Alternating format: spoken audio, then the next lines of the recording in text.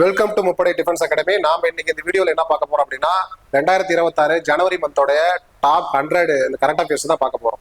இந்த current affairs வந்து பாத்தீங்கன்னா கொஸ்டின் அண்ட் கீழே வந்து பாத்தீங்கன்னா 4 ஆப்ஷன் இருக்கும். ஸோ எம்சிக்யூ பேட்டர்ல தான் பார்க்க போறோம். அதுக்கான எக்ஸ்பிளனேஷன் வந்து ஒவ்வொரு வீடியோலையுமே இருக்கும். இது மட்டும் இல்லாம இந்த கண்டென்ட் வந்து பாத்தீங்கன்னா பைலிங்குவல் இருக்கும். ஸோ நீங்க பண்ண வேண்டியதெல்லாம் என்ன அப்படின்னா ஒரு நோட் எடுத்துக்கோங்க. இந்த கரண்ட் அஃபேர்ஸை வந்து இந்த ஃபுல்லாவே என்ன பண்ணுங்கன்னா நோட்ல வந்து நோட் பண்ணுங்க. இந்த மாதிரி மந்த்லி வைஸா நம்ம ஒவ்வொரு மந்த்துக்கும் செப்பரேட்டா டாப் 100 எம்சிக்யூ பேட்டர்ன்ல கரண்ட் அஃபேர்ஸ் வீடியோ வந்து நம்ம ஃபுல்லா தொடர்ச்சி அப்படி போறோம். இந்த வீடியோ எப்படி இருக்குன்னு சொல்லிட்டு மறக்காம கமெண்ட் பண்ணுங்க. இந்த வீடியோ ஃபுல்லா பாருங்க, சரிங்களா? ஸோ அதாவது இந்த கரண்ட் அஃபேர்ஸை பொறுத்த வரைக்கும் ரயில்வே எக்ஸாம், எஸ்எஸ்சி எக்ஸாம், மற்ற அந்த டிஃபென்ஸ் எக்ஸாம், இது எல்லா எக்ஸாமுக்குமே காமனா ஒரு மத்திய அரசாங்க பணிக்கு அந்த தேர்வு நோக்கில் தான் நம்ம என்ன பண்றோம், அந்த கரண்ட் அஃபேர்ஸ் வந்து நம்ம தொகுத்து வழங்குறோம், சரிங்களா? ஓகே. ஸோ இதுல ஃபர்ஸ்ட் வந்து பாத்தீங்கன்னா ஃபர்ஸ்ட் கரண்ட் அஃபேர்ஸ் அதை பார்க்கறதுக்கு முன்னாடி இந்த டாபிக்ஸ் எல்லாமே நம்ம இதில் கவர் பண்றோம் அப்படிங்கிறத உங்கள்கிட்ட நான் காமிக்கிறேன் நான், சரிங்களா?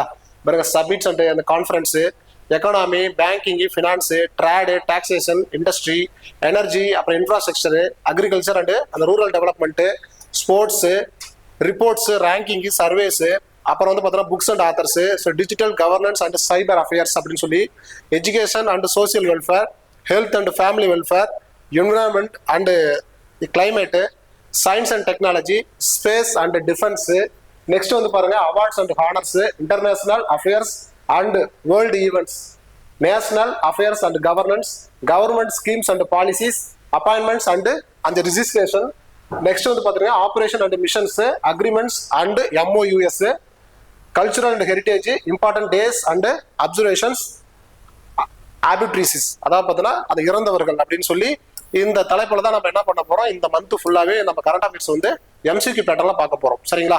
இதான் ஃபர்ஸ்ட் கொஸ்டின், சரிங்களா? ஸோ நார்மலாவே நம்மளுடைய எஸ்எஸ்சி ரயில்வே இப்படி இருந்தா கூட மெஜாரிட்டி கொஸ்டின் வந்து வாட் இஸ் வாட்டா தான் கேட்கறாங்க. ஸோ ஏதாவது ஒரு 4 கொஸ்டின் 5 கொஸ்டின் தான் வந்து என்ன பண்றாங்க, ஸ்டேட்மெண்ட் கொஸ்டினா கேட்கறாங்க.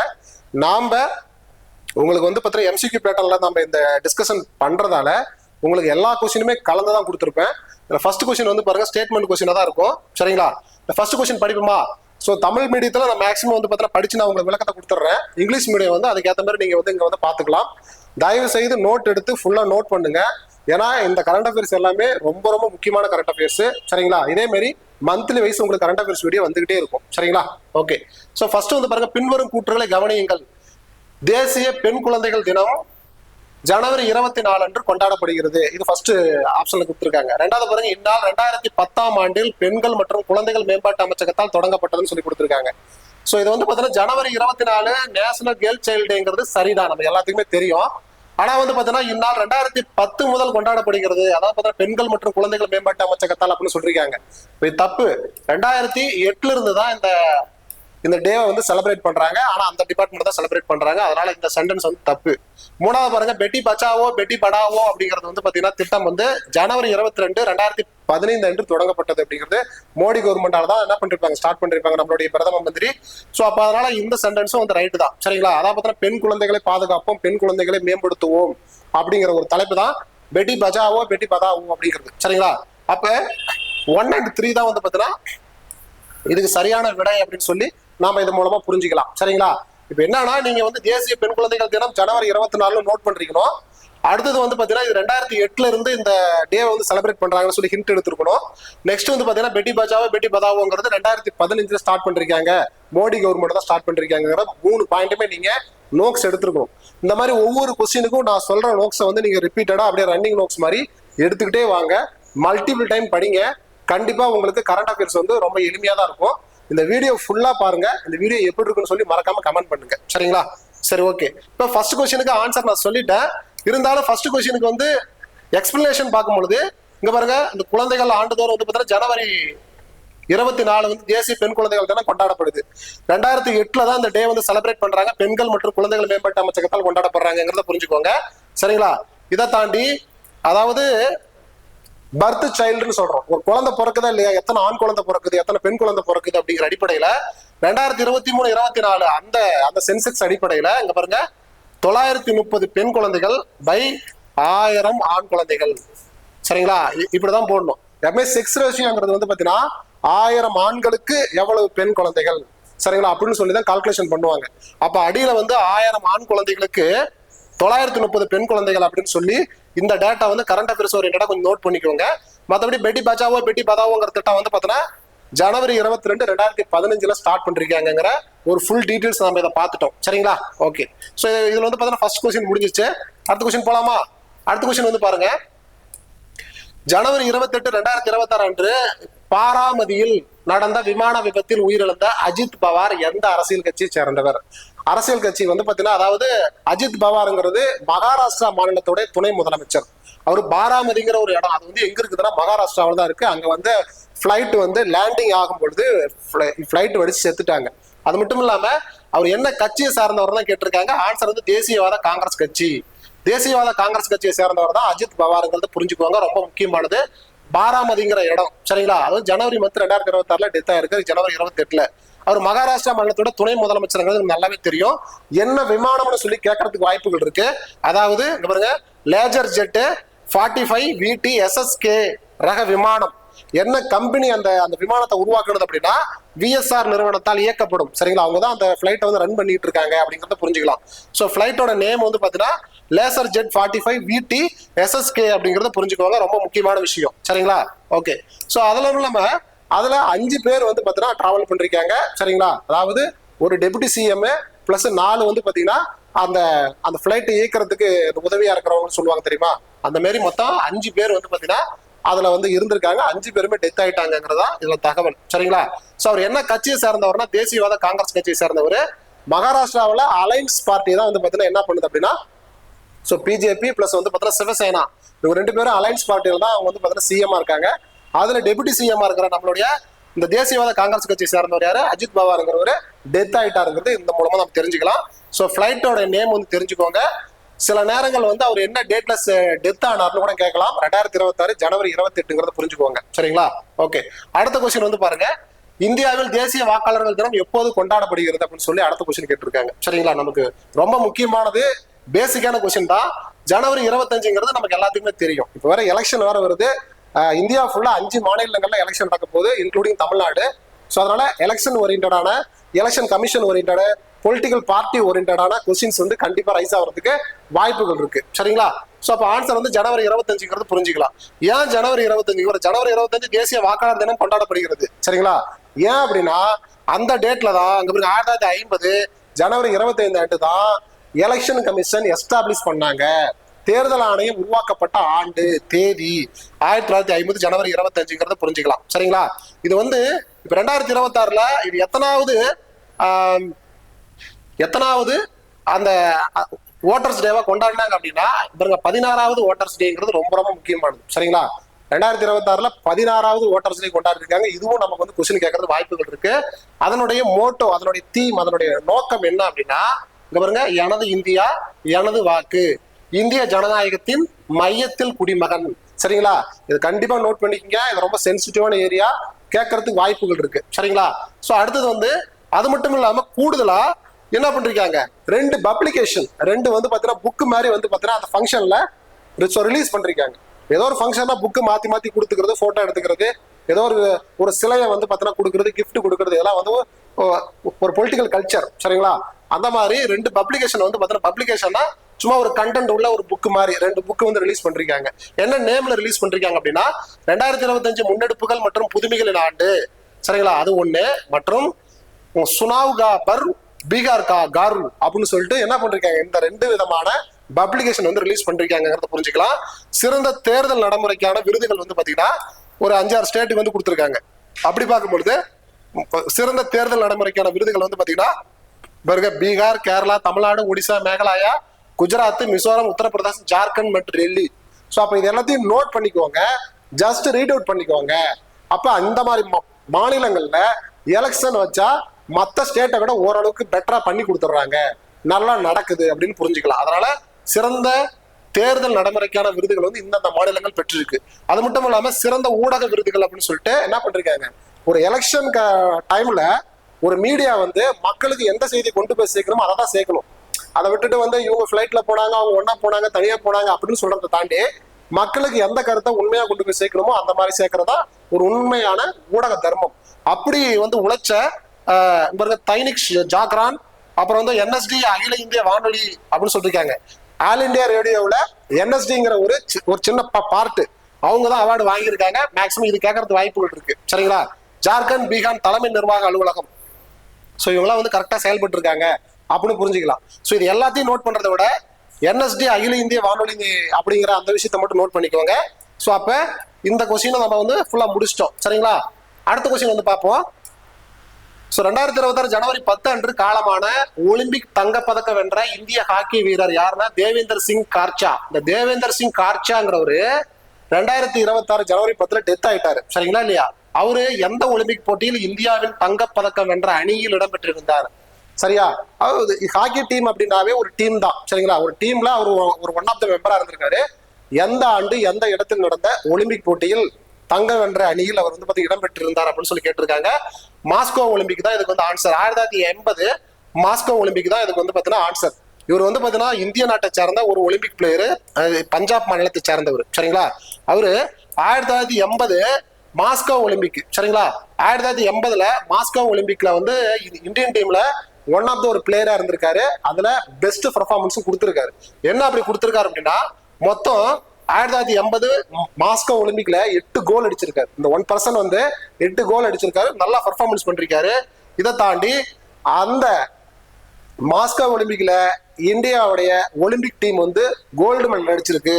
அதுதான் இந்தியாவின் 8வது மற்றும் கடைசி ஒலிம்பிக் தங்க பதக்கம் ஆகும். அப்ப இந்தியா இதுவரை ஒலிம்பிக்ல எத்தனை கோல்டு மெடல் வாங்கியிருக்குதுன்னா 8. அதுல கடைசியா அடிச்ச கோல்டு மெடல் வந்து மாஸ்கோ ஒலிம்பிக் தான். அது 1980ங்கிறத புரிஞ்சுக்குவாங்க. அந்த லாஸ்ட் அந்த டீம்ல கோல்டு மெடல் அடிச்ச அந்த டீம்ல வந்து பார்ட்டிசிபேட் பண்ண ஒன் ஆஃப் த மெம்பர் தான் யாரு அப்படின்னா இந்த கார்ச்சோவ் அப்படிங்கிறவரு. ரொம்ப ரொம்ப முக்கியமானது. சரிங்களா இல்லையா? ஆமா. சோ அடுத்தது இவரு வேற என்ன அவார்டு எல்லாம் வாங்கியிருக்காரு அப்படின்னா, வேற என்ன சாதனைகள் பண்றாரு அப்படின்னு பார்க்கும் பொழுது இங்க வந்து பாருங்க, அவரு மொத்தம் அவருடைய வாழ்நாள் புரியுதுங்களா இல்லையா 30க்கும் மேற்பட்ட சர்வதேச போட்டி இன்டர்நேஷனல்ல மேட்ச்ல மொத்தம் இதுவரை வந்து பாத்தீங்கன்னா அவரு லைஃப் டைம்ல 19 கோல் அடிச்சிருக்காரு. சரிங்களா? அதுல மாஸ்கோ அந்த ஒலிம்பிக் போட்டியில மட்டும் 8 கோல் அடிச்சிருக்காரு. ரொம்ப முக்கியமான விஷயம். தியான் சந்த் அவார்டு 2021 வந்து பாத்தீங்கன்னா வாழ்நாள் சாதனையாளர், விளையாட்டில் வாழ்நாள் சாதனையாளர், புரியுதுங்களா? வாழ்நாள் சாதனை செய்தவர்களுக்காக sports lifetime achievement award Dhyan Chand அவார்டுன்னு சொல்லுவாங்க. இந்த தியான் சந்த் அவார்டை 2021 வாங்கியிருக்காரு. இந்த தியான் சந்த் யார் அப்படின்னா நம்மளுடைய இந்தியன் ஹாக்கி டீமோடைய கேப்டனா இருந்திருக்காரு. ரொம்ப ரொம்ப முக்கியமானது. இந்தியனுடைய ஹாக்கி டீம் வந்து கோல்டு மெடல் அடிக்கிறதுக்கு மிகப்பெரிய பங்களிப்பு கொடுத்த நபர் தான் யார் அப்படின்னா தியான் சந்த்ங்கிறது. அதனால அவருடைய பேர்லயே sports lifetime achievement award வந்து அவருடைய பேர்ல தான் வந்து இந்தியன் கவர்மெண்ட் கொடுத்துக்கிட்டு இருக்காங்கிறத புரிஞ்சுக்கலாம். சரியா? ஓகே, நெக்ஸ்ட் வந்து பார்ப்போம். அடுத்த கொஸ்டின் வந்து பாருங்க, இந்தியாவில் தேசிய செய்தித்தாள் தினம் எந்த தேதியில் அனுசரிக்கப்படுகிறது அப்படின்னு சொல்லி கேட்டிருக்காங்க. சரிங்களா? அப்ப பார்க்கும்போது ஜனவரி 29 தான் இதுக்கு வந்து ஆன்சர். இப்போ ஜனவரி 29 வந்து பாத்தீங்கன்னா தேசிய செய்தித்தாள் தினம், நேஷனல் நியூஸ் பேப்பர் டே அப்படின்னு சொல்லி நம்ம சொல்லலாம். அப்ப ஜனவரி 29 தேசிய செய்தித்தாள் தினம்ங்கிறது புரிஞ்சுக்கலாம். கூடுதலா 1780ஆம் ஆண்டில் இந்தியாவில் ஃபர்ஸ்ட் அச்சிடப்பட்ட முதல் செய்தித்தாள் அப்படிங்கிறது ரொம்ப ரொம்ப முக்கியமானது. சரிங்களா? இந்தியாவில் முதலாக அச்சிட்டு வெளியிடப்பட்ட செய்தித்தாள் அப்படின்னா பெங்கால் கெசட்னு சொல்லுவாங்க. என்னது? பெங்கால் கெசட், வங்காள கெசட் அல்லது பெங்கால் கெசட். இந்த வங்காள கெசட்டுக்கு இன்னொரு பேர் என்ன அப்படின்னா Calcutta general advertiser.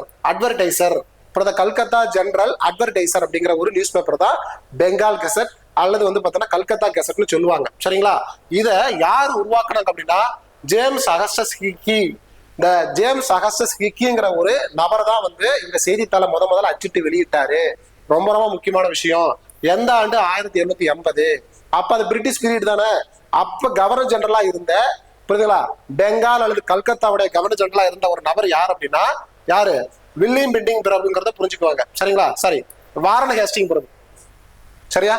Warren Hasting பிரபு வந்து பாத்தீங்கன்னா அதாவது governor general of Bengal. First governor general of Bengal அப்படின்னா யார சொல்லுவீங்க? வாரன் ஹேஸ்டிங் தான் first governor general of Bengal. யார் அப்படின்னா வாரன் ஹேஸ்டிங் தான் இவரு. ஸோ அப்ப இவருடைய பீரியட்ல தான் இந்த செய்தித்தாள் வந்து என்ன பண்றாங்க, ஸோ ரிலீஸ் பண்றாங்கிறத புரிஞ்சுக்கோங்க. ஒவ்வொரு பாயிண்ட்டுமே ரொம்ப ரொம்ப முக்கியமான பாயிண்ட் தான் நான் சொல்லிட்டு இருக்கேன். நோட் எடுத்து எழுதிக்கிட்டே வாங்க. மறக்காம இந்த வீடியோ எப்படி இருக்குன்னு சொல்லிட்டு கமெண்ட் பண்ணுங்க. உங்களுடைய ஆதரவு பொறுத்து தான் நம்ம அடுத்தடுத்த வீடியோ வந்து போட முடியும். சரிங்களா? ஓகே, அடுத்து வந்து பாருங்க. அடுத்த கொஸ்டின், சோ டிசம்பர் 30, 2023 அன்று தனது 80வது வயதில் காலமான வங்கதேசத்தின் முதல் பெண் பிரதமர் யார் அப்படின்னு சொல்லிக்கிட்டு இருக்கோம். சரிங்களா? வங்கதேசத்தோட முதல் பெண் பிரதமர் யாருன்னு இப்ப தெரிஞ்சுக்கலாம். சரிங்களா? அப்ப பேகம் காலிதா ஜியா அப்படிதான் இதுக்கு வந்து ஆன்சர். பேகம் காலிதா ஜியாங்கிற ஒரு பெண்மணி தான் வங்கதேசத்துடைய முதல் பெண் பிரதம மந்திரிங்கிறது ரொம்ப முக்கியமான விஷயம். இஸ்லாம் கண்ட்ரியிலேயே 2வது பெண் பிரதம மந்திரி அப்படின்னு சொல்லி புரிஞ்சுக்கலாம். நார்மலாவே இஸ்லாம் பேக்ரவுண்ட்ல உள்ளவங்க மேக்சிமம் பெண்களுக்கு உமன்ஸ் எம்பவர்மெண்ட், உமன்ஸ் ஃப்ரீடம்ங்கிறது ரொம்ப ஒரு கெடுபடியா தான் இருக்கும். அவங்களுக்கு வந்து அந்த அளவுக்கு ஒரு இம்பார்ட்டன்ட் கொடுக்க மாட்டாங்க. அப்படி இஸ்லாம் வேர்ல்டுலயே, இஸ்லாம் உலகம்லாம் இருக்குல்ல, அரபு நாடுகள், கல்ஃப் கண்ட்ரிஸ் இது சொல்றோமா இல்லையா, இப்ப பாகிஸ்தான், ஸ்ரீலங்கா உட்பட எல்லா நாடுகளையும் சேர்த்து என்ன பண்றாங்க, இந்த பேகம் கலிதா ஜியா அப்படிங்கிறவர் தான் பங்களாதேஷோடைய பிரைம் மினிஸ்டரா ஆன 2வது பெண்மணி. இவங்க தான் என்னது வங்கதேசத்தோட தேசிய கட்சியோடைய செகண்ட் உமன். சரிங்களா? வங்கதேசத்துடைய ஃபர்ஸ்ட் உமன் பிரைம் மினிஸ்டர் இவங்க தான். உலக இஸ்லாம் நாடுகள்ல 2வது பெண்மணியா இவங்க இருந்திருக்காங்க. அப்ப ஃபர்ஸ்ட் பெண்மணி யார் அப்படிங்கறது புரிஞ்சுக்கணும். பாருங்க, காலிதா ஜியா வங்கதேசத்தின் முதல் பெண் பிரதமராக பணியாற்றியதுடன் 2 முழு பதவி காலங்களையும் என்ன பண்றாங்க, அனுபவிச்சிருக்காங்க. அதாவது அந்த போஸ்டிங்ல இருந்திருக்காங்க. அதாவது 2 டைம் பங்களாதேஷோடைய பிரைம் மினிஸ்டரா உமனா இருந்திருக்காங்கிறது கூடுதல் தகவல், ரொம்ப ரொம்ப முக்கியமானது. அப்ப உலக இஸ்லாம் பாருங்க, இஸ்லாம் உலகில் பிரதமராக பொறுப்பேற்ற 2வது பெண்மணி தான் இவங்க, அந்த காலிதா ஜியா. அப்ப இஸ்லாம் உலகில முதலா பெண் பிரதமரா இருந்தவர் யார் அப்படின்னா பென்சீர் பூட்டோ. பென்சீர் பூட்டோங்கிறவர் யாருன்னா பாகிஸ்தான் நாட்டை சேர்ந்த என்னது பிரதம மந்திரி, பெண் பிரதம மந்திரியா இருந்திருக்காங்க. எத்தனை டைம் இருந்திருக்காங்கன்னா 2 டைம்ஸ் இருந்திருக்காங்க. 1988, 90, 91, 92 இப்படி இந்த காலகட்டங்கள்ல அவங்க என்ன பண்றாங்கன்னா, இஸ்லாம் உலகில முதல் பெண் பிரதம மந்திரினா பென்சீர் பூட்டோ தான். இஸ்லாம் உலகில 2வது பெண் பிரதமர் யார் அப்படின்னா பேகம் காலிதா ஜியா தான். வங்கதேசத்துடைய முதல் பெண் பிரதமர் யாருன்னா பேகம் காலிதா ஜியா தான். பாகிஸ்தானுடைய முதல் பெண் பிரதமர் யாருன்னு கேட்டீங்க அப்படின்னா பென்சீர் பூட்டோ தான். இது எல்லாமே வந்து பார்த்தீங்கன்னா ஃபேக்ட் மாதிரி எழுதிக்கோங்க. ரொம்ப ரொம்ப ரொம்ப முக்கியமான விஷயம். சரியா? அடுத்த கொஸ்டின் பாப்போமா? ஓகே, அடுத்த கொஸ்டின் பாருங்க. பெண் குயின் விழிப்புணர்வு தினம் ஒவ்வொரு ஆண்டும் எந்த தேதியில் அனுசரிக்கப்படுகிறது? சரிங்களா? இதுல ரொம்ப ரொம்ப முக்கியமான விஷயம், பெண் குயின் விழிப்புணர்வு தினம், அவேர்னஸ் டே. புரியுதா? பெண் குயின் அவேர்னஸ் டேங்கிறது ரொம்ப முக்கியமானது. இந்த பெண் குயின்ங்கிறது இயற்கை சார்ந்த விஷயங்களை வெளிப்படுத்தக்கூடிய உயிரினங்கள்ல ரொம்ப முக்கியமான உயிரினம். எங்க பெண் குயின் வாழுதோ அங்க கடல் பிளஸ் பனிக்கட்டி வந்து சுத்தமா இருக்குது, தூய்மையா இருக்குதுன்னு அர்த்தம். எங்கெல்லாம் பெண் குயின் வந்து வாழாம அங்கிருந்து மைக்ரேட் ஆகி போகுதோ அந்த இடத்துல ஏதோ பிரச்சனை வருது, அந்த இடத்துல சுற்றுச்சூழல் சீர்கேடு இருக்குது அப்படின்னு அர்த்தம். சொல்றது புரியுதுங்களா? அப்ப பெண் குயின் விழிப்புணர்வு தினம் வந்து பாத்தீங்கன்னா ஜனவரி 20 அப்படிங்கறத புரிஞ்சுக்கணும். சரிங்களா? பெண் குயின் அவேர்னஸ் டேங்கிறது வேற, வேர்ல்டு பெண் குயின் டேங்கிறது வேற. சரிங்களா? இது வந்து வேர்ல்டு பெண் குயின் டே ஏப்ரல் 25. ஆனா கொஸ்டின் என்ன கேட்டிருக்கான், பெண் குயின் விழிப்புணர்வு தினம். அப்ப பெண் குயின் அவேர்னஸ் டேங்கிறது வந்து பாத்தீங்கன்னா ஜனவரி 20ங்கிறதா சரியான விடை. இது ரெண்டையும் நோட் பண்ணிக்கங்க, ரொம்ப ரொம்ப முக்கியமான விஷயம். சரிங்களா? சோ அப்ப அதுக்கு அதனுடைய எக்ஸ்ட்ரா பாயிண்ட் பார்க்கும்போது பாருங்க, பெண் குயின் விழிப்புணர்வு தினம் ஒவ்வொரு ஆண்டும் ஜனவரி 20 அன்று கொண்டாடப்படுகிறது. ஓகேவா? அது ரொம்ப முக்கியமான விஷயம். இதுல எம்பரர் பெண் குயின் அப்படிங்கிற ஒரு இனம் வந்து புரியுதுங்களா, மொத்தம் ஒரு 100% இருக்கு அப்படின்னா அதுல 50% ஃபுல்லா அழிஞ்சு போச்சான். சரிங்களா? அது ஃபுல்லா டெத் ஆயிடுச்சு. இன்னும் பாதி இனங்கள் தான் இருக்கு. அப்ப அதை காப்பாத்துங்கிற நோக்கம் தான் இந்த மாதிரி அவேர்னஸ் டே எல்லாம் கொண்டாடுறோம் அப்படின்னு சொல்றாங்க. அப்ப மேக்சிமம் பெண் குயின் எங்க இருக்கும், இங்க பாருங்க, கடல் மற்றும் துருவ பகுதி சூழல்களின் ஆரோக்கியத்தை உணர்த்தும் ஒரு இண்டெக்ஸ், ஒரு ஃபேக்டர், ஒரு குறியீடாதான் இந்த பெண் குயின் இருக்குங்கிறது புரிஞ்சுக்குவாங்க. எங்கெல்லாம் பெண் குயின் மேயுதோ அங்கெல்லாம் சுத்தமா இருக்குது, எந்த பிரச்சனையும் இல்லாம இருக்குதுன்னு அர்த்தம். எங்கெல்லாம் இல்லையோ அங்க பிரச்சனை இருக்குதுன்னு அர்த்தம். நான் ஏற்கனவே சொன்ன மாதிரி உலக பெண் குயின் தினம்ங்கிறது ஏப்ரல் 25. புரியுதுங்களா? பெண் குயின் அவேர்னஸ் டேங்கிறது ஜனவரி 20ங்கிறத புரிஞ்சுக்குவாங்க. ரெண்டுத்துக்கும் வித்தியாசம் இருக்கு. சரிங்களா? ரொம்ப ரொம்ப முக்கியமான விஷயம். அடுத்தது வாங்க, இந்தியாவில் ஒவ்வொரு ஆண்டும் தேசிய புத்தொழில் தினம். சரிங்களா? நேஷனல் ஸ்டார்ட் அப் டே.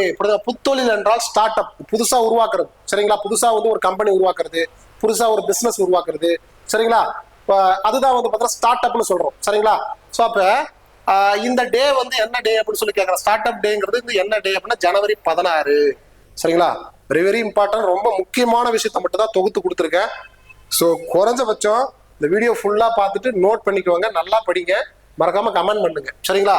ஸோ ஜனவரி 16 வந்து பாத்தீங்கன்னா நேஷனல் செக்யூரிட்டி இந்த ஸ்டார்ட் அப் டே அப்படிங்கிறது வந்து இந்தியன் கவர்மெண்ட் செலிப்ரேட் பண்றாங்க.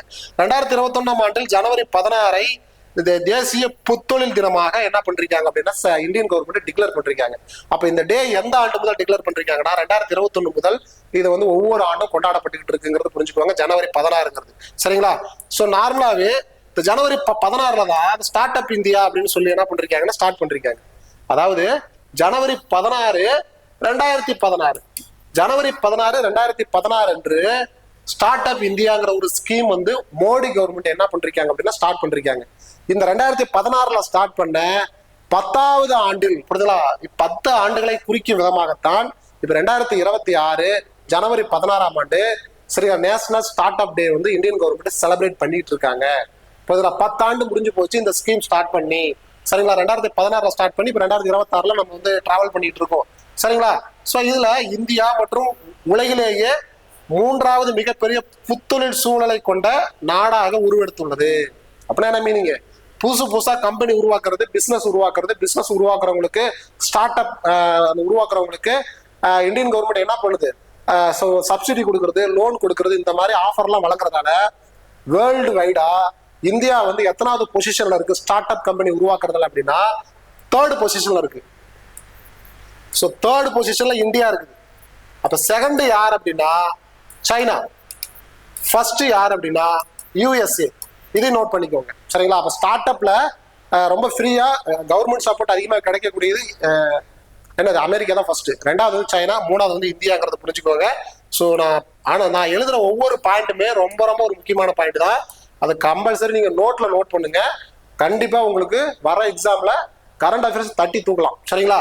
உலகளாவிய புதுமை சுட்டெண், அதாவது பார்த்தீங்கன்னா குறியீடுன்னு சொல்லுவாங்க. சுட்டெண் என்றால் குறியீடு, இண்டெக்ஸ்.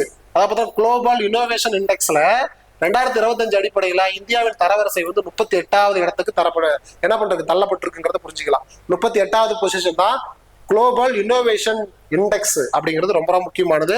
இன்னோவேஷன்னா புதுசா உருவாக்குறது, புதுசா கண்டுபிடிக்கிறது அப்படிங்கிற மாதிரி புரிஞ்சுக்கலாம் சரிங்களா. ஓகே, உலக அளவுல நம்ம 10வது பொசிஷன்ல இருக்கோம், 38வது பொசிஷன்ல இருக்குங்கிறத புரிஞ்சுக்கலாம் சரிங்களா. நெக்ஸ்ட் வந்து பாருங்க, இந்தியாவில் ஜனவரி 11 முதல் ஜனவரி 17 2026 வரை சரிங்களா 26 வரை அனுசரிக்கப்பட்ட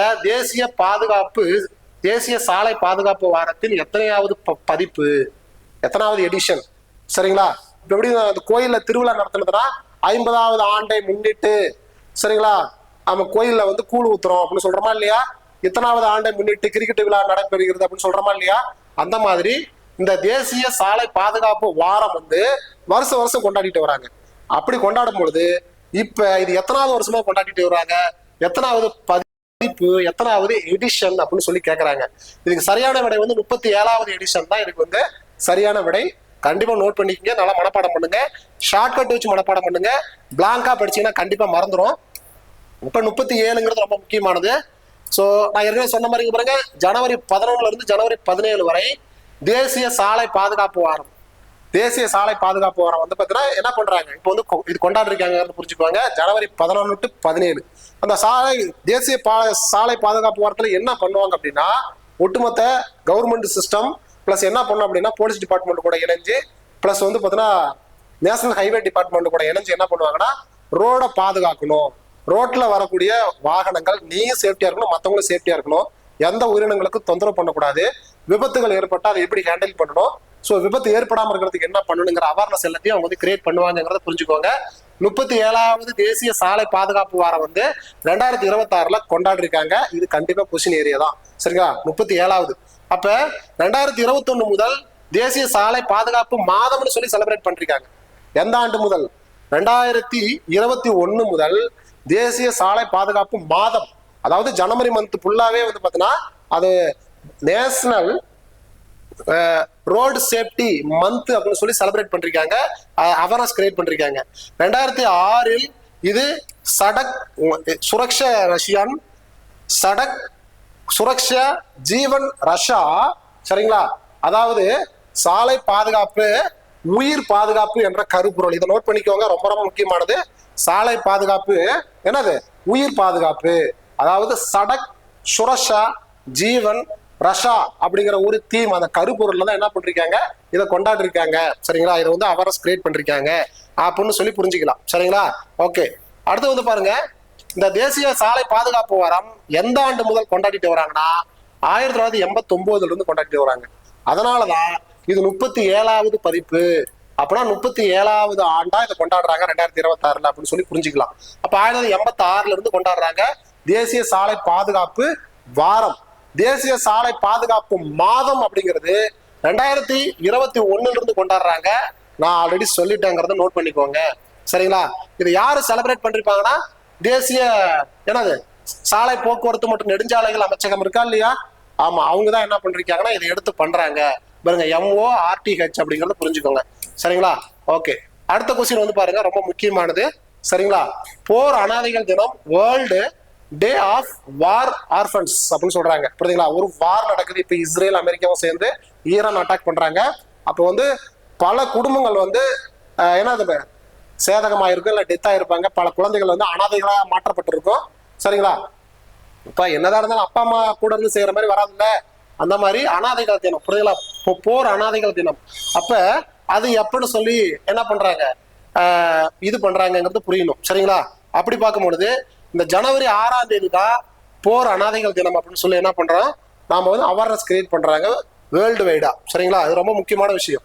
ஸோ அப்ப இந்த ஒவ்வொரு ஆண்டும் எந்த தேதியில ஜனவரி 6ங்கிறது புரிஞ்சுக்கிங்க. இது யார் எடுத்து பண்றா, இந்த டேவை வந்து யார் வந்து அவேர்னஸ் கிரியேட் பண்றாங்க அப்படின்னா ஒரு தனியார் கம்பெனி தான், SOS Enfants Détresse அப்படிங்கிற ஒரு பிரெஞ்சு கம்பெனி, ஒரு பிரெஞ்சு ஒரு NGO அமைப்பால் இந்த டே வந்து பாத்தீங்கன்னா ஜனவரி 6ஆம் தேதியை வருஷம் என்ன பண்றாங்க, இதை கொண்டாடுறாங்க அப்படிங்கிறது. அதான் பாத்தீங்கன்னா அவேர்னஸ் கிரியேட் பண்றாங்க. சரிங்களா, மக்கள்கிட்ட இந்த மாதிரி அனாதைகள்லாம் இருக்காங்க, ஏன் போருக்கு போறீங்க, போர் வாழ்க்கையில் இருக்கக்கூடாது அப்படின்னு சொல்லிட்டு. இந்த யுனிசெஃப் அப்படிங்கிறது வந்து பாத்தீங்கன்னா United Nation International Children's Emergency ஃபண்டுன்னு சொல்லுவாங்க. சரிங்களா, இந்த யுனிசெஃப் அப்படிங்கிறது இது 1946 ஸ்டார்ட் பண்ணது. சரிங்களா, ரொம்ப முக்கியமான விஷயம். ஓகே, ஸோ அப்ப அறிக்கையின்படி உலகம் முழுவதும் 14 கோடிக்கும் அதிகமான அனாதைகள் உள்ளன. எத்தனை கோடி, வேர்ல்டு வைடா 14 கோடி அனாதைகள் இருக்காங்க இந்த வாரால் பாதிக்கப்பட்டு அப்படிங்கிறத புரிஞ்சுக்கலாம். இது வந்து யாரோட ரிப்போர்ட், யுனிசெஃபோட report, United Nation International Children's Emergency Fund, அந்த அமைப்பால தான் 1946 ஸ்டார்ட் பண்ணிருக்காங்க. அந்த அமைப்பு கொடுத்த ரிப்போர்ட் தான் நான் சொல்றேன் நான். சரிங்களா, அடுத்த கொஸ்டின் வந்து பாருங்க, ஒவ்வொரு ஆண்டும் உலக குடும்பங்கள் தினம் வேர்ல்டு டே ஆஃப் ஃபேமிலிஸ் எந்த தேதியில் அனுசரிக்கப்படுகிறது அப்படின்னு சொல்லி கேட்டிருக்காங்க. அப்படி பார்க்கும்பொழுது ஜனவரி 1ஆம் தேதி. சரிங்களா, நியூ இயர் சொல்றோமா இல்லையா, ஆங்கில புத்தாண்டு சொல்றோமா இல்லையா, புத்தாண்டோடைய முதல் நாள் ஜனவரி 1. அப்ப அந்த ஜனவரி 1ஆம் தேதி குடும்பத்துல சண்டை சச்சரவுகள் இல்லாம சொந்த பந்தத்தோட நட்பு வட்டத்தோட ஒருங்கிணைந்து பாகுபாடு பார்க்காம எந்த ஒரு ஈகோவும் பார்க்காம ஒற்றுமையா மகிழ்ச்சியா வாழணும் அப்படிங்கிறதுக்காகத்தான் ஜனவரி 1ஆம் தேதிய என்ன பண்றாங்க அவங்க ஸோ வேர்ல்டு ஃபேமிலி டேவா என்ன பண்றாங்க செலிப்ரேட் பண்றாங்க அப்படிங்கறத புரிஞ்சுக்கலாம். ரொம்ப ரொம்ப முக்கியமானது பாருங்க, உலக குடும்பங்கள் தினம் ஒவ்வொரு ஆண்டும் ஜனவரி 1ஆம் தேதி கொண்டாடப்படுகிறதுங்கிறத புரிஞ்சுக்கலாம். சரிங்களா, இதுல என்ன கருப்பொருள் அப்படிங்கிறது ரொம்ப முக்கியமானது. இங்க பாருங்க, குடும்பம், கல்வி மற்றும் நலவாழ்வு இன்று மற்றும் எதிர்காலம். இதுதான் 2026ஆம் ஆண்டுக்கான கருப்பொருள். 2026ல ஜனவரி 1 ஃபேமிலி டேன்னு கொண்டாடுறோம். அதுக்கான தீம் என்ன, நோக்கம் என்ன, கருப்பொருள் என்ன அப்படிங்கறது இதை நோட் பண்ணிக்கோங்க. நார்மலாவே ஐக்கிய நாடுகள் சபை 1997ஆம் ஆண்டில் என்ன பண்ணாங்க, ஃபர்ஸ்ட் ஃபேமிலி டேவை ஜனவரி 1 கொண்டாடணும்னு சொல்லி டிக்ளேர் பண்ணாங்க. ஃபர்ஸ்ட் கொண்டாடினாங்க. அப்ப முதல் ஃபேமிலி டே வந்து எப்ப கொண்டாடினாங்கன்னா வேர்ல்டு வைடா 1997. இது யார் இந்த டேவை டிக்ளேர் பண்ணா செலிப்ரேட் பண்ணணும்னு சொன்னாங்கன்னா ஐநா சபை தான், UNO தான். இது 1945 அக்டோபர் 24 ஸ்டார்ட் பண்ணுச்சு. இதுவும் வந்து பாத்தீங்கன்னா அமெரிக்கா நியூயார்க்ல தான் என்ன பண்ணிருக்கு, அமெரிக்கா நியூயார்க்ல தான் இதோட ஹெட் குவார்டர்ஸ் இருக்குங்கிறத புரிஞ்சுக்கோங்க. ஸோ இவங்க தான் இதை டிக்ளேர் பண்றாங்க. அந்த ஃபர்ஸ்ட் டே சரிங்களா, ஜனவரி 1ஆம் தேதி ஃபர்ஸ்ட் வந்து பாத்தீங்கன்னா ஃபேமிலி டே கொண்டாடினாங்கல்ல, அதனுடைய கருப்பொருள் என்ன அப்படின்னா ஒன் டே ஒன் பீஸ், அதாவது ஒரு நாள் ஒரு அமைதி அப்படிங்கிற ஒரு கருப்பொருள் அப்படிங்கிறத புரிஞ்சுக்கலாம். அப்ப என்னதான் 97ல வந்து செலிப்ரேட் பண்ணாலும் அதை பெருசா மக்கள்கிட்ட கொண்டு போய் பெருசா ரீச் பண்ண முடியல. ஒரு அன்அபிஷியலா சும்மா அப்படியே கொஞ்சம் சில நாடுகள் ஃபாலோ பண்றாங்க, சில நாடுகள் ஃபாலோ பண்ணல. ஒரு அன்அபிஷியலா எப்படி பண்றாங்க, அதை சும்மா அப்படியே ஒரு மேலோட்டமா பண்றாங்க. அபிஷியலா அதிகாரப்பூர்வமா பண்ணது வந்து பாத்தீங்கன்னா உலகளாவிய குடும்பங்கள் தினம் குளோபல் ஃபேமிலி டே வந்து ஜனவரி 1, 2000 இருந்து தான் ஃபாலோ பண்ணாங்க. 97 இதுக்கான சின்ன சின்ன முயற்சிகள் பண்ணி 2000 தான் ஒரு ஃபுல் ஃபிளெஜ்டா இறங்கினாங்க. 2000 தான் ஃபுல் ஃபிளெஜ்டா இறங்கி வந்து இந்த குளோபல் ஃபேமிலி டேவை வந்து என்ன பண்றாங்க, ஐநா சபை மூலமா உலகம் ஃபுல்லா நம்ம செலிப்ரேட் பண்ணிக்கிட்டு இருக்கோம் அப்படிங்கறத நம்ம புரிஞ்சுக்கலாம். ஓகேவா? ஓகே, அடுத்த கொஸ்டின் வந்து பார்ப்போம். பிரதமர் நரேந்திர மோடி மற்றும் ஜெர்மன் அதிபர் ஃப்ரெட்ரிக்ஸ் மெர்ஸ் ஆகியோரால், புரியுதுங்களா? அப்ப இதெல்லாம் நோட் பண்ணிக்கணும். ஆகியோரால் தொடங்கி வைக்கப்பட்ட 2026 ஆண்டுக்கான சர்வதேச பட்டம் விடும் திருவிழா, இன்டர்நேஷனல் கைட் ஃபெஸ்டிவல் எந்த மாநிலத்தில் 2026 ஆண்டு நடந்தது? சரிங்களா? ரொம்ப முக்கியமான விஷயம். நார்மலா நார்த் இந்தியாவில் எந்தெந்த ஸ்டேட்ல வந்து பார்த்தீங்கன்னா பட்டம் விடும் திருவிழா நடக்குதுங்கிறது ஓரளவுக்கு நாலேஜ் இருக்கணும். சரிங்களா? அப்படி இல்லைன்னா நம்ம கரண்ட் அஃபேர்ஸ் படிக்க அந்த நாலேஜ் வந்துடும். புரியுதுங்களா? அப்படி பார்க்கும்போது இது வந்து குஜராத் தான் இதுக்கு வந்து ஆன்சர். இன்டர்நேஷனல் கைட் ஃபெஸ்டிவல், சர்வதேச பட்டம் விடும் திருவிழா. இப்ப அது வந்து பட்டம் விடும் திருவிழாங்கிறது வந்து வெறும் பட்டம் விடும் திருவிழா மட்டும் நடக்காது. ஏற்கனவே அந்த இடத்துல ஒரு என்ன பண்றீங்க, ஏற்கனவே ஒரு ஃபங்க்ஷன் நடக்குது. அந்த ஃபங்க்ஷன்ல ஒன் ஆஃப் த ஒரு பார்ட்டா பட்டம் விடும் திருவிழா. ஓகேங்களா? அப்படி வந்து நடக்குதுங்கிறத புரிஞ்சுக்கலாம். சரி, அப்ப எந்த இடத்துல நடந்தது? குஜராத்தில் நடந்ததுன்னு சொல்லிட்டு. அப்ப இதுக்கு யார் யார் வந்திருக்காங்கன்னா, ஜெர்மன் அதிபர் யாருன்னா பாருங்க, இது ஃப்ரெட்ரிக்ஸ் மெர்ஸ் அப்படிங்கிற ஒரு இடத்துல. அப்புறம் வந்து நம்மளுடைய மோடி, ஓகே, நம்மளுடைய பிரதம மந்திரி யார், நரேந்திர மோடி அவர்கள் வந்து இதுல வந்து கலந்துக்கிட்டாங்கிறது கூடுதல் தகவல். ஜெர்மனியோடைய அதிபர் பிரசிடென்ட்ங்கிறது. குஜராத்ல ஜனவரி மந்த், அதாவது இந்தியா ஃபுல்லா ஜனவரி மந்த் என்ன நடக்கும் அப்படின்னா ஹார்வெஸ்டிங் ஃபெஸ்டிவல் நடக்கும், அறுவடை திருநாள் நடக்கும். இப்ப தமிழ்நாட்டுல பொங்கல்னு சொல்லுவாங்க, அது மாதிரி ஒவ்வொரு மாநிலத்திலும் வெவ்வேறு பேர்ல கூப்பிடுவாங்க. அந்த மாதிரி குஜராத்ல உத்தராயன் ஃபெஸ்டிவல்னு சொல்லுவாங்க, உத்தராயன் திருவிழா அல்லது மகா சங்கராந்தி திருவிழா அப்படின்னு சொல்லுவாங்க. உத்தராயன் திருவிழா அல்லது மகா சங்கராந்தி திருவிழா, சிம்பிளா சொன்னா பொங்கல் திருவிழா தான், அறுவடை திருநாள், விவசாயிகள் திருநாள்ங்கிற மாதிரி. சரிங்களா? அந்த கொண்டாட்டத்தின், அந்த ஃபெஸ்டிவலின் ஒரு பகுதியாக, ஒரு பக்கம் பொங்கல் வச்சுக்கிட்டு எல்லாம் கொண்டாடிட்டு இருப்பாங்க, அந்த பகுதியில் அந்த கொண்டாட்டத்தின் ஒரு பகுதியா வந்து இப்ப இவங்க என்ன பண்றாங்க, இன்டர்நேஷனல் பட்டம் விடும் திருவிழா வந்து என்ன பண்றாங்க, ஆமா, அகமதாபாத், குஜராத்ல அகமதாபாத்ல தான் இந்த ஃபெஸ்டிவல் வந்து நடந்திருக்குங்கிறத புரிஞ்சுக்கோங்க. எந்த ஆற்றங்கரை ஓரமாக அப்படின்னா சபர்மதி ஆற்றங்கரை ஓரமாக இந்த ஃபெஸ்டிவல் வந்து நடந்துகிட்டு இருக்குங்கிறது புரிஞ்சுக்கோ. ரொம்ப ரொம்ப முக்கியமான விஷயம். இது இன்டர்நேஷனல் கைட் ஃபெஸ்டிவல்ங்கிறது இது தனி. அது மட்டும் இல்லாம லோக்கல் கைட் ஃபெஸ்டிவல், அந்த குஜராத் மாநிலத்துக்கே ஒரு சிறப்பு சேர்க்கக்கூடிய விதமா காந்தி நகர் பட்டம் விடும் திருவிழா 2026. குஜராத்ல காந்தி நகர் ஒரு பிளேஸ் இருக்கா இல்லையா? காந்தி நகர் பட்டம் விடும் திருவிழா வந்து 2026 நடந்திருக்கு, ஜனவரி 14. பிறகு குஜராத்தோட முதலமைச்சர் பூபேந்திர பட்டேல் தான் இந்த பட்டம் விடும் திருவிழாவை ஸ்டார்ட் பண்ணிருக்காரு. அப்ப 2026 ஆண்டு பட்டம் விடும் திருவிழாவை நம்ம குஜராத் முதலமைச்சர் யாருன்னா பூபேந்திர பட்டேல் எந்த இடத்தில் தொடங்கி வைத்தார் அப்படின்னு காந்தி நகர்ல. அதே மாதிரி சர்வதேச பட்டம் விடும் திருவிழாவில் சிறப்பு விருந்தினராக கலந்து கொண்டவர் யாருன்னா ஜெர்மன் அதிபர் அப்படிங்கறத புரிஞ்சுக்கணும். இது ரெண்டுத்துக்கு வித்தியாசம் இருக்கு. லோக்கல் ஃபெஸ்டிவல் ஒண்ணு, இன்டர்நேஷனல் ஃபெஸ்டிவல் ஒண்ணு சொல்லி ரெண்டு விதமான ஆன்சர் வந்து நான் கொடுத்துருக்கேன். அதை கொஞ்சம் கரெக்டா பாத்துக்கோங்க. சரிங்களா? ஓகே, நெக்ஸ்ட் பாருங்க. ஜனவரி 10 முதல் ஜனவரி 18, சரிங்களா, இந்த 2026 வரை நடைபெறும் புதுடெல்லி உலக புத்தக கண்காட்சி, சரிங்களா, வேர்ல்டு புக் எக்ஸிபிஷன் வந்து பாத்தீங்கன்னா புதுடெல்லியில நடக்குதுன்னு அங்கே கொடுத்துட்டாங்க. சரியா? கொஸ்டின்ல கொடுத்துட்டாங்க. அது எத்தனாவது பதிப்புன்னு கேட்டிருக்காங்க. 53வது பதிப்பு தான் இதுக்கு வந்து ஆன்சர். சரியான விடை வந்து பாத்தீங்கன்னா 53வது பதிப்பு.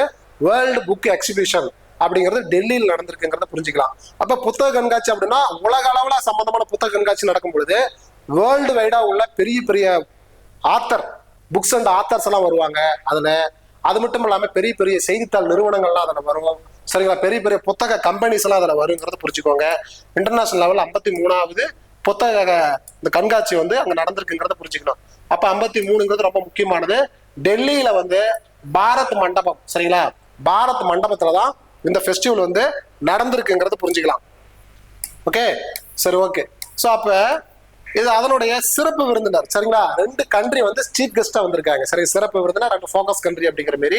இங்க பாருங்க, சிறப்பு விருந்தினர் நாடுன்னு பார்க்கும்பொழுது, கெஸ்ட் ஆஃப் ஆனர்னு பார்க்கும்பொழுது கத்தார் நாடு வந்திருக்கு. புரியுங்களா? அந்த கல்ஃப் கண்ட்ரில one of the country, oil சம்பந்தமான ஒரு கண்ட்ரி இருக்கா இல்லையா, கத்தார்.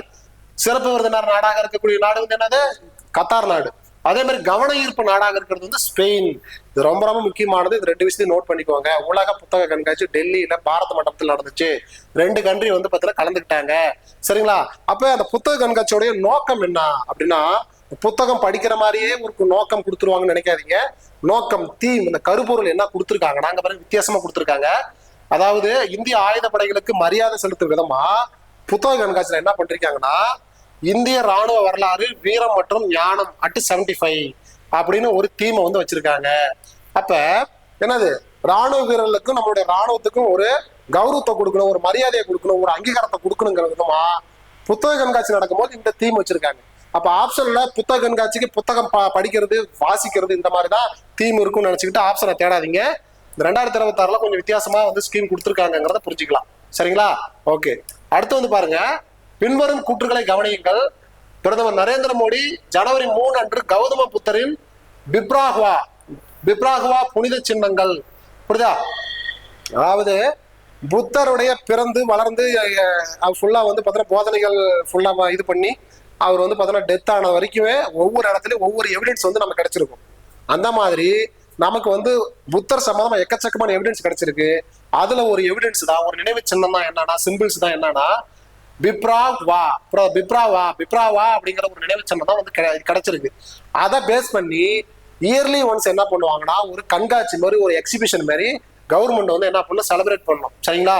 அப்ப பிப்ராகுவா புனித சின்னங்கள் குறித்த சர்வதேச கண்காட்சி என்ன பண்றீங்க, அவர் ஸ்டார்ட் பண்ணாரு, மோடி ஸ்டார்ட் பண்ணாருங்கிறது ஃபர்ஸ்ட் பாயிண்ட். ரெண்டாவது பாயிண்ட் வந்து பாத்தீங்க அப்படின்னா, சரிங்களா, அப்ப இந்த ஃபர்ஸ்ட் பாயிண்ட் வந்து சரிதான். சரிங்களா? அடுத்த பாயிண்ட் வந்து இக்கண்காட்சியின் தலைப்பு வந்து ஒளியும் தாமரையும் ஞானம் பெற்றவரின் புனித சின்னங்கள் அப்படிங்கிறது.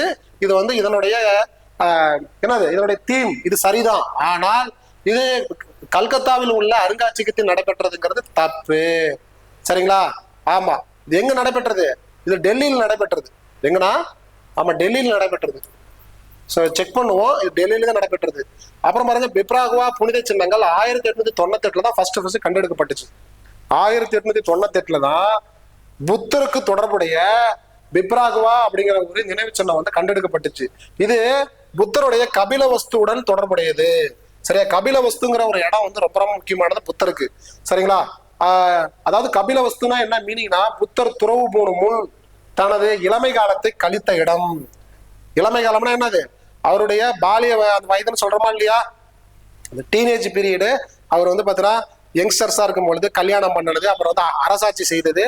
29 வயசுக்கு முன்னாடி வரைக்கும் ஆட்சி பண்ண, 29 வயசுக்கு உள்ளார வரைக்கும் அவர் என்னென்ன பண்ணாருங்கிற இடம்லாம் இந்த கபில வஸ்துல தான் அவருடைய நினைவுகள், மெமோரியல்ஸ் எல்லாம் இருக்குங்கிறத புரிஞ்சுக்குவாங்க. சரிங்களா? அப்ப புத்தர் பொறுத்த வரைக்கும் எங்க பிறந்தார் அப்படின்னா நேபாள்ல தான் பிறந்தாரு. எங்கன்னா லும்பினி ஃபாரஸ்ட், லும்பினி வனத்துல தான் நேபாள்ல வந்து பிறந்திருக்காரு. யார் அப்படின்னா புத்தர். அவர் பிறந்தது லும்பினி வனத்துல, வளர்ந்தது கபில வஸ்து. அவரோட இளமை காலம் இருந்தது எல்லாமே கபில வஸ்து. 29வது வயதுல துறவு பூண்டு சத்ரீனா இருந்து அரச பதவியெல்லாம் விட்டுட்டு குடும்பம் குட்டி இந்த மாதிரி சொத்து பத்து எல்லாத்தையும் விட்டுட்டு என்ன பண்றாருன்னா துறவரம் போடுறாரு 29 வயசுலங்கிறத புரிஞ்சுக்கலாம். சரிங்களா?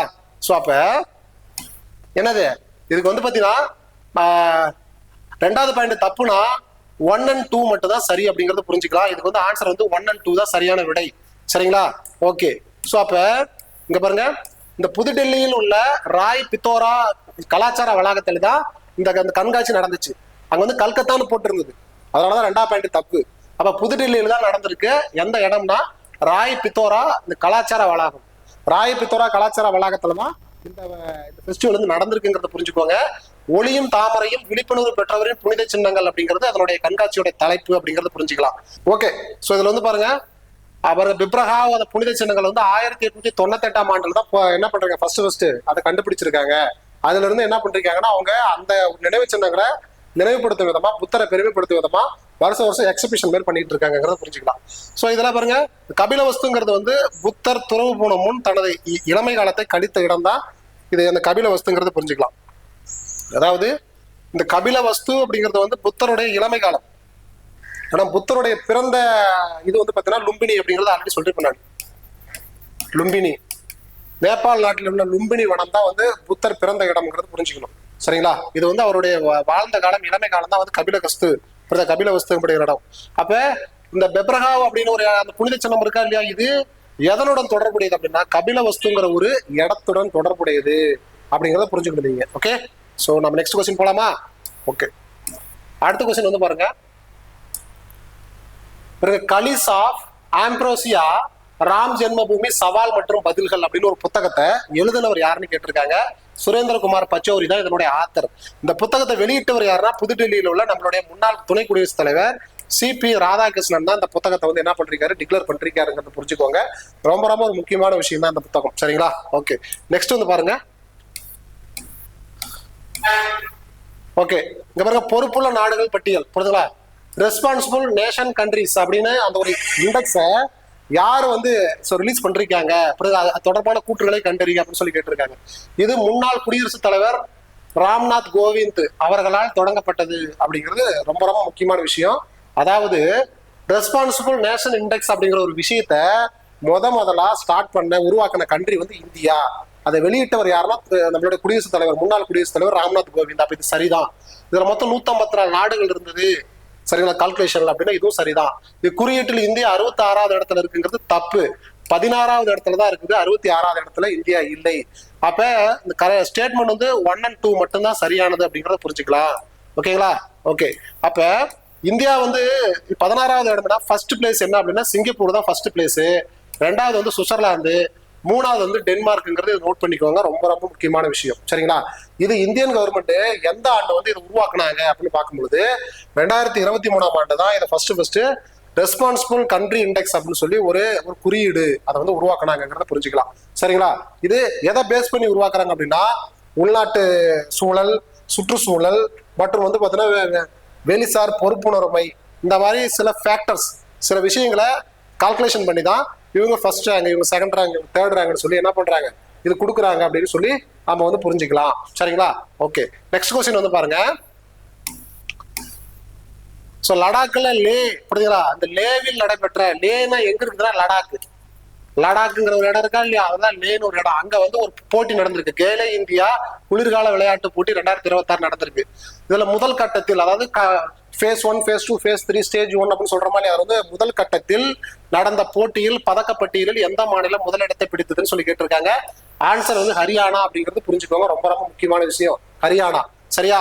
சோ அப்ப ஹரியானாங்கிறது முதல் பிளேஸ் அப்படின்னா இது வந்து பாத்தீங்கன்னா 2வது பிளேஸ் என்னன்னா லடாக். ஃபர்ஸ்ட் பிளேஸ் ஹரியானா, 2வது பிளேஸ் லடாக்ங்கிறது நோட் பண்ணிக்கோங்க. இது எத்தனாவது டோர்னமெண்ட் அப்படின்னா 6வது டோர்னமெண்ட், 6வது பதிப்பு. சரிங்களா? 30வது ஆண்டை முன்னிட்டு அம்மன் கோயில் கூழ் வித்து விழா. சரிங்களா? 50வது ஆண்டை முன்னிட்டு கிரிக்கெட் போட்டி விழா அப்படின்னு சொல்றோமா இல்லையா? அதாவது இந்த குளிர்கால போட்டிங்கிறது வந்து பாத்தீங்கன்னா 6வது பதிப்பா வந்து பாத்தீங்கன்னா கவர்மெண்ட் வந்து எடுத்து நடத்துது அப்படிங்கறது புரிஞ்சுக்கலாம். இதுல இந்தியன் ஆர்மி வந்து பாத்தீங்கன்னா, அப்புறம் இந்திய ராணுவ அணி வந்து பாத்தீங்கன்னா சண்டிகர் அணியை தோற்கடிச்சு ஆடவர் ஐஸ் ஹாக்கி போட்டியில வந்து தங்கம் வென்றிருக்காங்கிறத புரிஞ்சுக்கோங்க. சரிங்களா? அப்ப இந்தியன் ஆர்மி வந்து ஒரு விஷயத்த வந்து வின் பண்றீங்க, அந்த விஷயத்த நோட் பண்ணிக்கோங்க. சரிங்களா? அதுக்கு அடுத்தது ஐஸ் ஸ்கேட்டிங் ஒரு போட்டி நடந்திருக்கா, அந்த போட்டியோட தொடர்ச்சியா அது கூட ஒரு விஷயத்த வந்து இன்க்ளூட் பண்றாங்க, சேர்த்திருக்காங்க. என்ன சேர்த்திருக்காங்க அப்படின்னா ஃபிகர் ஸ்கேட்டிங்கிற ஒரு முறை, ஒரு மெத்தடை வந்து அதுல வந்து மெர்ஜ் பண்றாங்க, சேர்த்திருக்காங்க அப்படின்னு புரிஞ்சுக்கலாம். ஓகே, நெக்ஸ்ட் வந்து பாருங்க.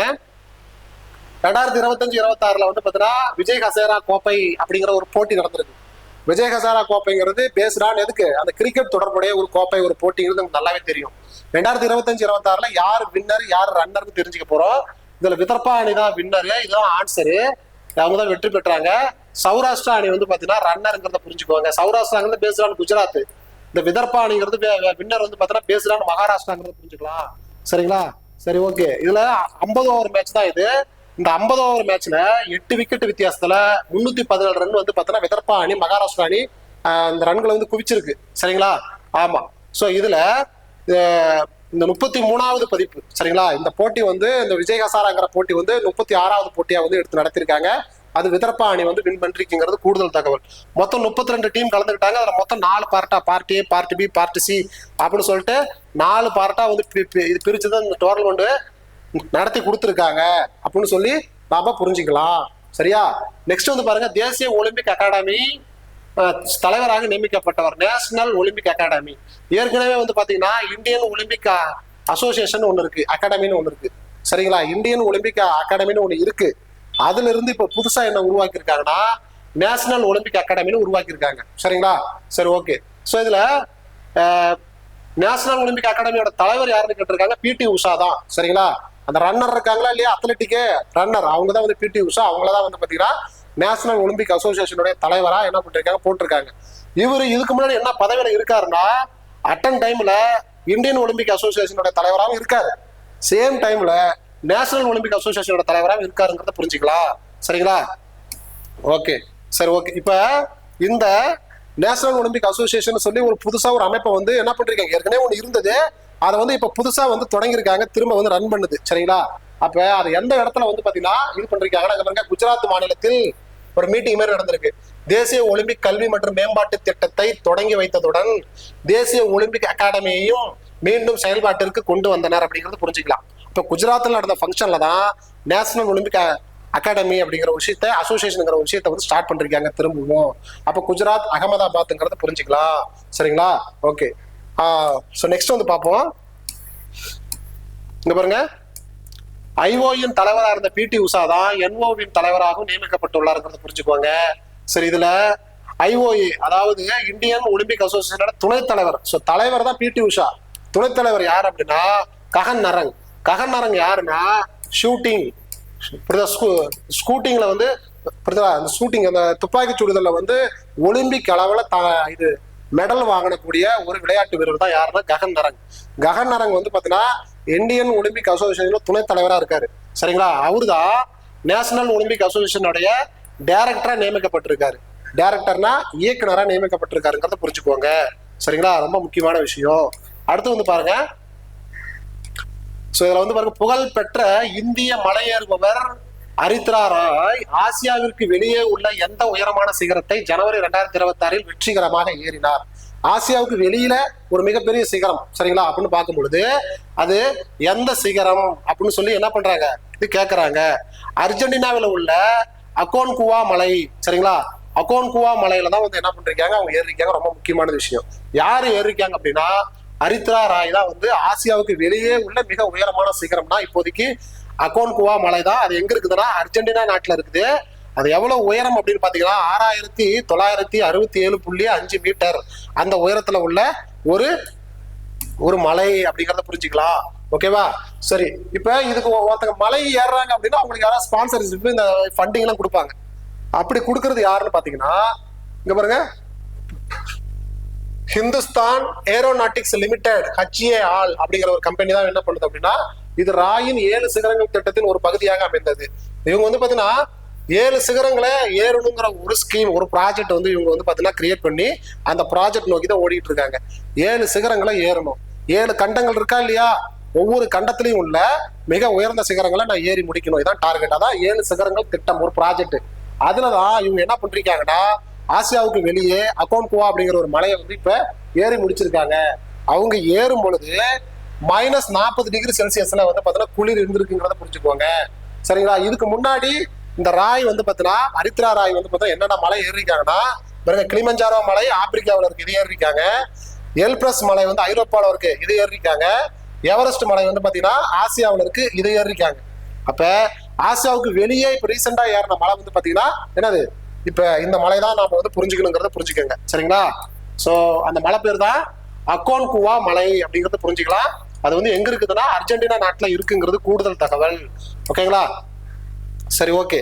சோ இங்க பாருங்க, அந்த 7 சமிட் லிஸ்ட். சரிங்களா? அவரு இது வரைக்கும் இங்க பாருங்க எவரெஸ்ட் ஏறிருக்காரு, மவுண்ட் மொஹஞ்சதாரோ ஏறிருக்காரு, அப்புறம் மவுண்ட் எல்பிரஸ் ஏறிருக்காரு. சரிங்களா? இந்த 3ஐயும் ஏறிட்டாரு. மத்ததெல்லாம் இன்னும் ஏர்ல, அடுத்து ஏற போறாங்க. இதெல்லாம் நோட் பண்ணி வச்சுக்கோங்க. இதெல்லாம் நோட் பண்ணி வச்சுக்கோங்க. இதெல்லாம் நெக்ஸ்ட் வர ப்ராஜெக்ட். அந்த 7 ப்ராஜெக்ட்னு சொல்றோமா இல்லையா, 7 மலைகளை வந்து ஏறணுங்கிற ப்ராஜெக்ட்ல மொத்தம் வந்து பாத்தீங்கன்னா 3 மலைகளை ஏறிட்டாரு, 4 மலைகளை ஏறலைங்கிறத புரிஞ்சுக்கோங்க. சரிங்களா? ஓகே.